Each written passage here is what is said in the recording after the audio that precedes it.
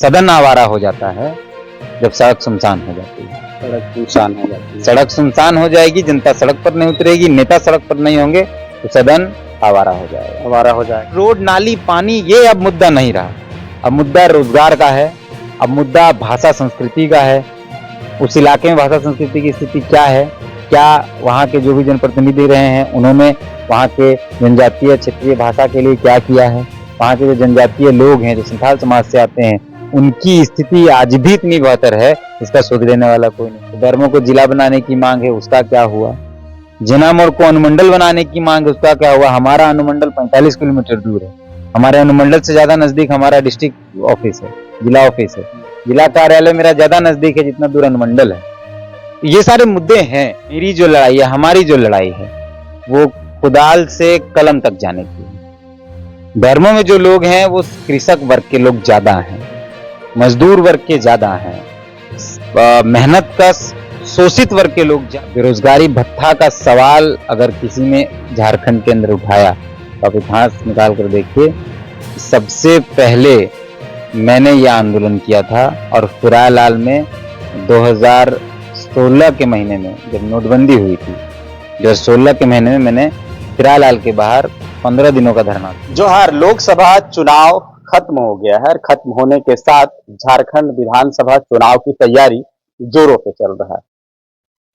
तमाम पार्टियां जो है तैयारी में लगे हुए हैं और क्षेत्रीय पार्टियां भी जो है सो तैयारी में हैं, बड़ी पार्टी हो या क्षेत्रीय पार्टी हो। इसके साथ ही निर्दलीय प्रत्याशी जो रहेंगे चुनाव में मैदान में, वो भी तैयारी में है। इस वक्त मेरे साथ हैं तीर्थनाथ आकाश, लोकतंत्र 19 के फाउंडर हैं तीर्थनाथ आकाश जी। पत्रकारिता बेहतर ढंग से करते हैं, आप तमाम दर्शक जानते भी होंगे। इनकी भी चर्चा है जोरों पे कि ये भी चुनाव लड़ने की तैयारी में है बेरमो विधानसभा में। जिस तरह से इनके समर्थक देख रहे हैं, फेसबुक सोशल मीडिया साइट पे लिख रहे हैं, वो देखने के बाद पता चलता है कि ये भी तैयारी कर रहे हैं। आइए जानते हैं क्या कुछ तैयारी है, चुनाव लड़ने की तैयारी है या किस विजन के साथ लड़ रहे हैं। भाषा आंदोलन में बहुत सक्रिय रहे हैं, चाहे वो भाषा आंदोलन हो, 1932 खतियान की मांग हो, चाहे जो भी झारखंडी मुद्दे पे हो, क्रांतिकारी आंदोलनकारी कहे जाते हैं। सीधे सवाल तीर्थनाथ जी से। जोहार आपको। जोहार पंकज भाई। सोशल मीडिया पे जिस तरह से खबरें चल रही है, आपके समर्थक जो है लिख रहे हैं, क्या लग रहा है कि बेरमो विधानसभा से चुनाव लड़ने की तैयारी में है? चुनाव हम लोग नहीं लड़ते हैं, चुनाव जनता लड़ती है। चुनाव शोषित वंचित लोग लड़ते हैं और शोषित वंचित लोग अपनी आवाज को विधानसभा तक पहुंचाने के लिए चुनाव लड़ते हैं। जनता चाहती है कि हम लड़े तो हम लड़ेंगे, समर्थक चाहते हैं कि हम लड़े तो हम लड़ेंगे। मेरे जो चाहने वाले हैं, जो हमारे मुद्दे से खुद को अटैच कर पाते हैं, मेरा जो मुद्दा है कलम से लेकर कुदाल से लेकर कलम तक की जो लड़ाई है, मजदूर का बेटा सिर्फ मजदूरी नहीं करेगा, मजदूर का बेटा नौकरी करेगा। तो इस लड़ाई को जो अपनी लड़ाई समझते हैं वो चाहते हैं कि हम चुनाव लड़ें। पिछले 10 दिन से और लोकसभा के दौरान भी ये चला कि मैं चुनाव लड़ूं, बल्कि मेरा विधानसभा लोकसभा एजेंडा नहीं है, हम लोकसभा नहीं लड़े, लेकिन विधानसभा एजेंडा तो है मेरा। और पिछले 8 साल 7 साल से अगर मेरा संघर्ष रहा है इस माटी के प्रति और मेरे साथियों ने मेरे संघर्ष को देखा है, मेरे विजन को समझा है, तो वो चाहते हैं कि चुनाव लड़े। तो तय किया जाएगा, भी रायशुमारी बाकी है। बहुत लोग हैं, बहुत बहुत साथी हैं, कितनों को आप नाराज करेंगे, हर बार नाराज हो जाते हैं लोग।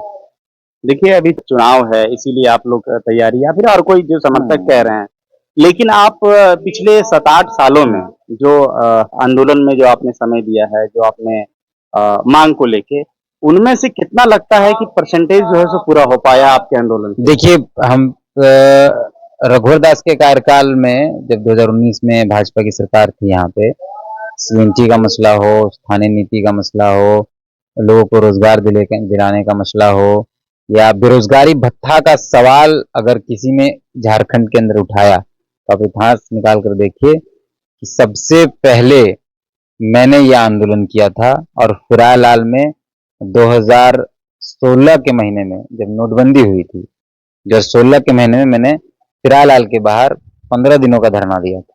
और फिलहाल ऐसी जगह है जहां 144 लागू होता है। नोटबंदी होने के कारण वो आंदोलन तोड़ना पड़ा, लेकिन इसलिए तोड़ना नहीं पड़ा कि पैसा घटने लगा या पैसे की कमी होने लगी या पैसा ज्यादा देने लगा।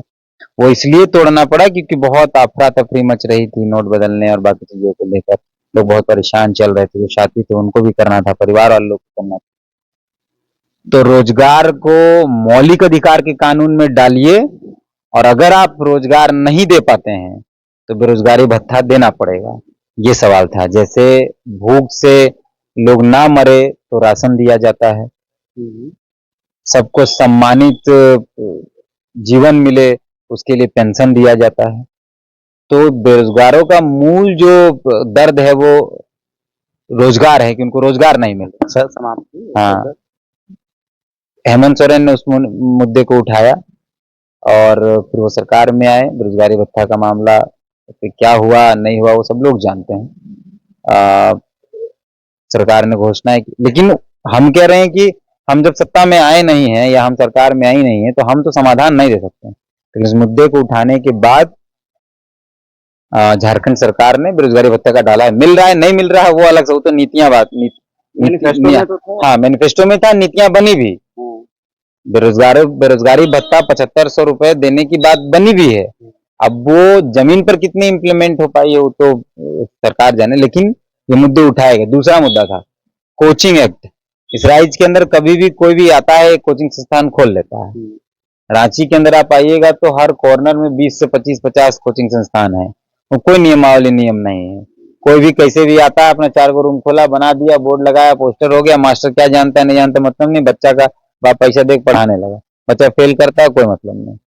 बकायदा जब आप बिहार जाएंगे तो वहां एक नियम है कि आप इसी क्राइटेरिया, जैसे स्कूल खोलने का नियम है, कॉलेज खोलने का नियम है, ITI, IIT, मेडिकल कॉलेज खोलने का नियम, तो वैसे कोचिंग खोलने, कोचिंग संस्थान खोलने का भी नियम है बिहार के अंदर। और यह तब बना जब गोली चली बिहार में, फीस को लेकर, ये लेकर 2 कोचिंग इंस्टीट्यूट के बीच में पटना में गोली चला 2009-10 आसपास, तब ये नियम बना।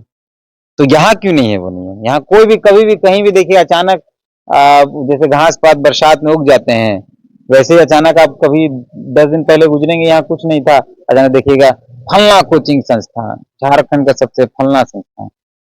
तो ये कोई नियम थी, ये बात हम बताते हैं किन मुद्दों पर बात कर रहे थे। हम आएंगे, आपके मुद्दे भी जानेंगे और थोड़ा सा आपका विजन भी हम जानेंगे कि आप फिर विधानसभा में ही क्यों जा रहे हैं।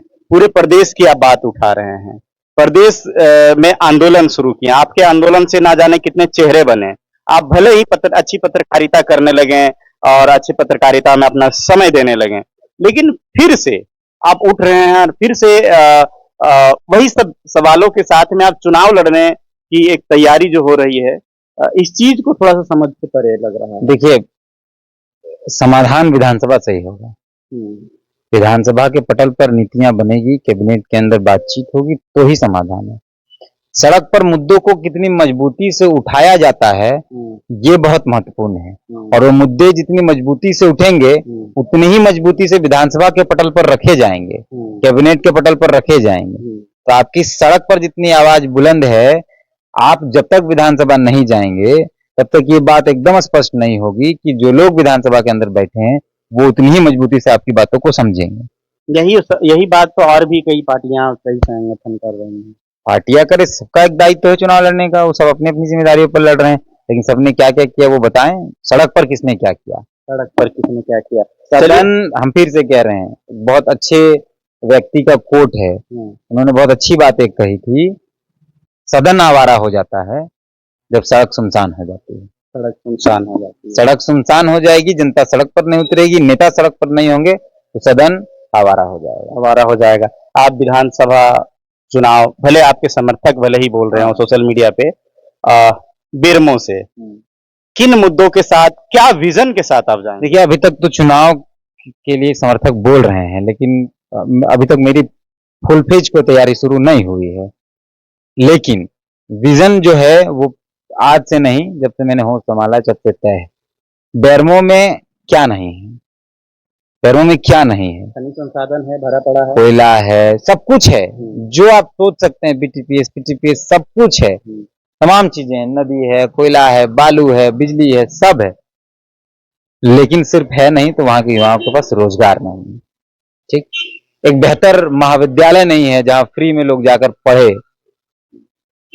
नेताओं को, विधायकों को, मंत्रियों को फ्री में सुविधाएं मिल जाती हैं, लेकिन आम आदमी के बच्चों को फ्री में एक अच्छा विद्यालय नहीं मिल पाता है। और वो विद्यालय सरकार की तरफ से हो ये भी जरूरी नहीं है। उस इलाके में डीएमएफटी फंड इतना ज्यादा है, उस इलाके में सीएसआर फंड इतना ज्यादा हो सकता है कि अगर वो लोग चाहें तो एक बड़ा बड़ा विद्यालय चला सकते हैं, मेडिकल कॉलेज चला सकते हैं, सब कुछ चला सकते हैं, सीसीएल चला सकता है, और बड़ी बड़ी कंपनियां हैं चला सकती है, बीटीपीएस, ये सब मिलकर चला सकते हैं। लेकिन उन सब को चलाने के लिए जिनके पास हैंडल या हैंटर होना चाहिए, वो विजनरी है कि नहीं, ये इंपॉर्टेंट। बैरमो के अंदर सड़क बनी है, नो डाउट, बहुत बनी है, पानी पहुंच गया होगा, नो डाउट पहुंच गया होगा, लेकिन उस सड़क पर चढ़कर सिर्फ पानी पीकर उस बैरमो का युवा बेरोजगारी में अपना जीवन कैसे चलाएगा? सड़क, पानी, नाली अब विकास का मॉडल नहीं है। रोजगार में किस स्थान पर विधानसभा है? स्कूल, विद्यालय, कॉलेज, महाविद्यालय में आपका वो विधानसभा किस स्टेज पर है? बताएं कि वहां क्या क्या है। क्या बच्चों को जिला के लिए ये सिटी जो है हमारा बोकारो, वहां कितनी दूर जाना पड़ता है, जो अंतिम छोर में बच्चा है, तो बैरमो को जिला बनाने की मांग है, उसका क्या हुआ? जिनामोड़ को अनुमंडल बनाने की मांग है, उसका क्या हुआ? हमारा अनुमंडल 45 किलोमीटर दूर है, हमारे अनुमंडल से ज्यादा नजदीक हमारा डिस्ट्रिक्ट ऑफिस है, जिला ऑफिस है, जिला कार्यालय मेरा ज्यादा नजदीक है जितना दूर अनुमंडल है। ये सारे मुद्दे हैं, और सिर्फ रोड, नाली, पानी ये अब मुद्दा नहीं रहा। अब मुद्दा रोजगार का है, अब मुद्दा भाषा संस्कृति का है। उस इलाके में भाषा संस्कृति की स्थिति क्या है? क्या वहां के जो भी जनप्रतिनिधि रहे हैं उन्होंने वहां के जनजातीय क्षेत्रीय भाषा के लिए क्या किया है? वहां के जो जनजातीय लोग हैं, जो संथाल समाज से आते हैं, उनकी स्थिति आज भी इतनी बेहतर है, इसका शोध लेने वाला कोई नहीं। हम फिर से कह रहे हैं कि आदिवासी जो क्षेत्र हैं, जो रिजर्व सीट हैं, वहां पे आदिवासियों की स्थिति बहुत मजबूत है, लेकिन जो गैर आदिवासी सीट्स हैं, जो अनरिजर्व सीट्स हैं, वहां पे आदिवासी की स्थिति एकदम बद से बदतर है। और वही हाल बैरमो के आदिवासी की वही हाल है। आपने अपना विजन बताया, लेकिन जो बेरमो है विधानसभा, वहाँ देश की जो बड़ी पार्टियां हैं, दोनों के विधायक रहे हैं और लंबे अरसे तक रहे हैं, शुरू से ही रह रहे हैं, उनके बीच आपके मुकाबला कैसे होगी? भले आप विजन लेके चल रहे हैं। 35 साल तो सबसे बड़ा शासनकाल रहा है वहां के जो वर्तमान विधायक है उनका, उनके परिवार, ठीक है, उनका रहा है। जरूर जनता ने दिया होगा वोट, शायद उनकी छवि अच्छी होगी या फिर व्यवहार से अच्छे होंगे, लेकिन विकास के नाम पर जीरो है। ठीक है, छवि अच्छी होगी, व्यवहार अच्छा होगा, बातचीत अच्छा होगा, रिश्ते बहुत अच्छे हो सकते हैं, लेकिन अगर हम विकास के पैमाने पर खरा उतारने की कोशिश करें तो नहीं उतर पाते हैं, सिर्फ रोड नाली के अलावा। और आप जब बीजेपी की बात, बीजेपी को बहुत मौका नहीं मिला उस क्षेत्र में, बहुत नहीं मिला, और जितनी बार मिली, एक बार मिला वो पूरा 5 साल का कार्यकाल, ठीक है, 2 बार शायद, एक बार जब मिला तब वो पूरे 5 साल कार्यकाल में विधायक रहे, उसके पहले बहुत छोटा कार्यकाल उनका रहा। और विजन, वही कह रहे हैं कि विधायक मंत्री सब बन जाते हैं, विजन ही नहीं रहेगा तो क्या कर पाएंगे? हम कह तो रहे हैं कि ये 2 विधायक जो हैं, जो पूर्व हैं और वर्तमान हैं, वो बैठकर वहाँ बाहरी भीतरी का आवाज हमेशा उठते रहा है, उसी की लड़ाई है। उस पे आपका क्या ओपिनियन है? ये लड़ाई उस क्षेत्र में लड़ाई ही इसी बात की है, बैरमो के अंदर इसी बात की लड़ाई है। हम फिर से कह रहे हैं कि मेरी जो लड़ाई है, हमारी जो लड़ाई है, वो कुदाल से कलम तक जाने की है। बैरमो में जो लोग हैं वो कृषक वर्ग के लोग ज्यादा हैं, मजदूर वर्ग के ज्यादा हैं, मेहनत का शोषित वर्ग के लोग ज्यादा हैं। अब उनकी लड़ाई जो है वो ये है कि वो मजदूरी कर रहे हैं, लेकिन उसके बच्चे मजदूरी ना करें। वो खेती कर रहे हैं, उनके बच्चे खेती करे, लेकिन अपने पूर्वजों की विरासत को बचाने के लिए, अपना मूल व्यवसाय बनाने के लिए नहीं, अपने जीवनचर्या को चलाने के लिए नहीं, खेती करे, एकदम खेती करना चाहिए। लेकिन एमए करके, बीएड करके, बैचलर डिग्री लेके, बड़ी बड़ी डिग्रियां लेके अगर कोई व्यक्ति खेती कर रहा है तो उस पर विचार करने की आवश्यकता है कि सरकार ने शायद उसके योग्यता के हिसाब से उसको रोजगार नहीं दिया है। तो और जो लोग वहां शोषक वर्ग हैं, या जो विधायक हैं, मंत्री हैं, अधिकारी हैं, उनके बच्चे क्या कर रहे हैं? उनके बच्चे विदेशों में पढ़ रहे हैं। जो भी विधायक है, निकालिए उनका डेटा, वो कहाँ पढ़ रहे हैं, जो खुद वर्तमान विधायक वो कहाँ पढ़े हैं, या उनके बच्चे कहाँ पढ़ रहे हैं। तो जो लोग जिनके हाथों में बेरमो के शोषित वर्ग के बच्चों का, कृषक वर्ग के बच्चों का, श्रमिक वर्ग के बच्चों का, झारखंडियों के बच्चों का भविष्य लिखने के लिए कलम दिया गया था, वो लोग सिर्फ अपने बच्चों का भविष्य लिखे हैं और बाकियों के बच्चे के भविष्य को मिटा दिए रबड़ से, पानी फेर दिए उसमें। ये आप अपनी तो हम वही कह रहे हैं कि कुदाल जो लोग उठाते हैं वो कलम भी उठाएंगे, जो लोग कुदाल उठाते हैं वो पढ़ेंगे भी, जो मजदूरी करते हैं वो पढ़ेंगे भी, जो खेती करते हैं वो नौकरी करेंगे भी।